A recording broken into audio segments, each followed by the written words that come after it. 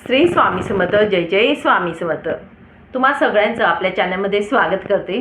तर आजचा विषय आपला खूप महत्त्वाचा आहे आणि तो म्हणजेच काय, स्वामी समर्थ महाराजांच्या मठामध्ये किंवा दत्त महाराजांच्या मंदिरात आपण जात असतो.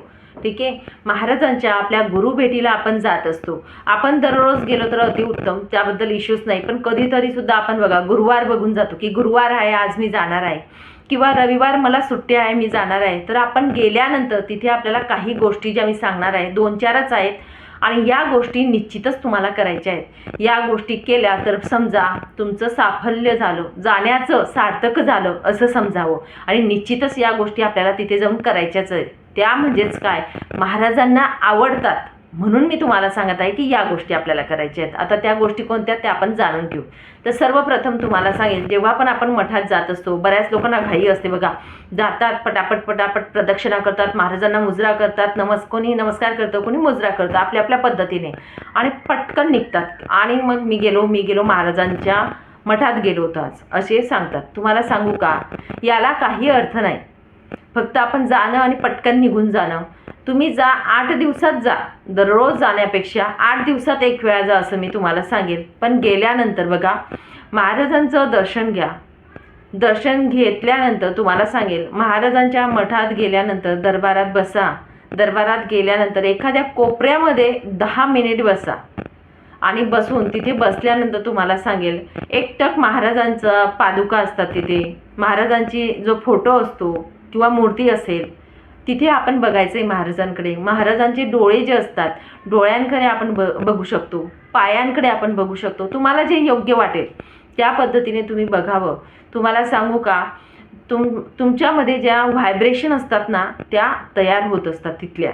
म्हणजेच काय, केंद्रात काय म्हणजे जो महाराजांचा सहवास लागतो ना आपल्याला, सकारात्मक ऊर्जा जी असते ना ती आपल्याला लाभत असते आणि त्यामुळे आपण आकृष्ट होत असतो.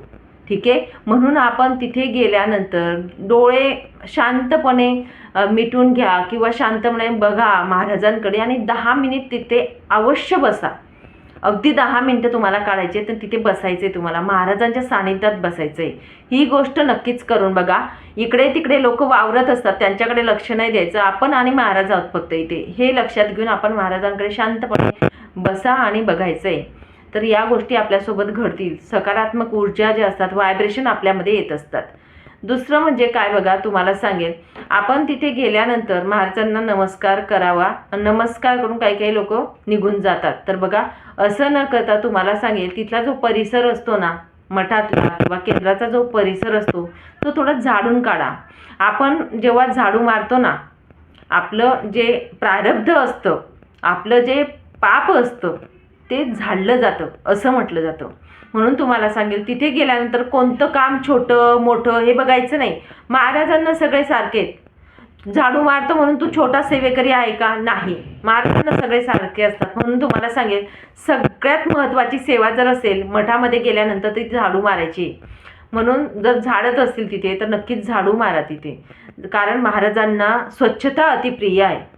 म्हणून तिथे नक्कीच तुम्ही झाडू मारायचा आहे. आपण जेव्हा दरबारात बसत असतो, महाराजांच्या जवळ बसत असतो, तेव्हा अजून आपल्याला काय करायचं बघा, जेव्हा महाराजांजवळ बसतो तेव्हा स्वामी मला हे द्या, मला ते द्या, या गोष्टी म्हणण्यापेक्षा तुम्हाला सांगू का, स्वामी मला जे काही आहे योग्य, माझ्यासाठी जे योग्य आहे ते तुम्ही मला द्या, हे आपल्याला तिथे म्हणायचं आहे. आणि जे काही मला दिलेलं आहे तुम्ही आत्तापर्यंत त्यासाठी सुद्धा त्यांना कृतज्ञता व्यक्त करायची आहे. म्हणजे त्यांना धन्यवाद द्यायचा आहे की मला आयुष्यात तुम्ही आले किंवा तुम्ही मला जे काही दिलेलं आहे आत्तापर्यंत त्यासाठी सुद्धा तुम्हाला धन्यवाद महाराजांना द्यायचं आहे. मला हे द्या ते द्या करायचं नाही. त्यांना माहिती असतं, सगळं माहिती असतं, काय तुम्हाला पाहिजे, काय योग्य आहे तुमच्यासाठी ते त्यांना माहिती असतं. त्यामुळे तुम्हाला सांगायची गरज नाही. हे म्हणण्यापेक्षा तुम्ही महाराजांना सांगा की माझ्यासाठी जे योग्य आहे ना महाराज ते मला द्या, आणि जे काही दिलेलं आहे ते योग्यच आहे माझ्यासाठी. तुम्हाला योग्य वाटतं ना ते योग्यच असणार. आणि या पद्धतीने महाराजांना सांगायचं आहे.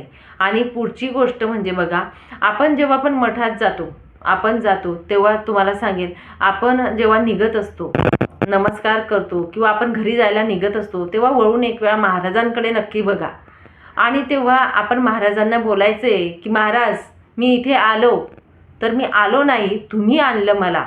ती भेट मला घडून दिली म्हणून धन्यवाद व्यक्त करायचा आहे.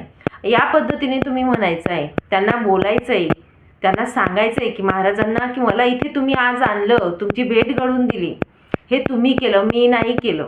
जो मी पण आहे तो तिथे कमी होत असतो आपला.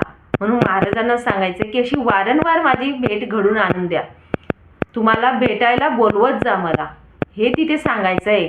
आपण जेव्हा जातो तेव्हा वळून नक्की बघा आणि ह्या गोष्टी नक्कीच सांगा की महाराज मला इथे नक्कीच बोलून घेत चला. या गोष्टी आपण तिथे गेल्यानंतर जेव्हा सांगत असतो महाराजांसोबत अशा पद्धतीने मनातल्या मनात असू दे आपण बोलत असतो बघा, तेव्हा आपलं माहिती का तुम्हाला, आपण जेव्हा बसतो दरबारात बसल्यानंतर आपल्या गुरूंशी आपली एक जी बोलतो ना भक्ती असते ना, ती एकनिष्ठ होत असते.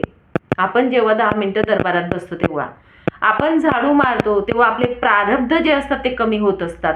आपलं भाग्यामधले पुण्य पाप आपल्याला माहिती नाही, जे पाप असतं ते कमी होतं. आणि आपण जेव्हा जातो महाराजांना बोलतो ना की मी नाही, तुम्ही बोलवलेलं आहे, मी इथे येणारा कोणी नाही, तेव्हा आपल्यातला मीपणा कमी होत असतो. म्हणून या गोष्टी आपल्याला तिथे बोलायच्या असतात, म्हणायच्या असतात. आणि जेव्हा असं आपण वागायला लागलो, म्हणजे एक वेळा महाराजांच्या समोर आपण या गोष्टी करत असतो, तेव्हा आपोआपच आपण आपल्या आयुष्यात सुद्धा करायला लागत असतो. आणि म्हणूनच आपल्यामध्ये हे बदल घडायला सुरुवात होत असते. जेव्हा आपण मठात आपण जातो प्रामाणिकपणे आपण बोलायचंय. आता प्रामाणिकपणे तुम्ही किती बोलणार आहे हे महाराजांना माहिती आहे. तुम्ही किती प्रामाणिकपणे बोलतायत किंवा किती काय करतायत हे महाराजांना माहिती असतं. म्हणून तुम्हाला सांगेल, तिथे तुम्ही बोलतायत ते प्रामाणिक आहे, ते तसंच वागणूक तुमची पुढे चालून होत असते. कारण आपण मानायला लागतो की आपण शून्य आहोत, सगळं काही महाराज आहेत, सगळं काही करता करविणारा जो काही आपल्या आयुष्याचा सूत्रधार आहे हे ब्रह्मांड नायक आहेत.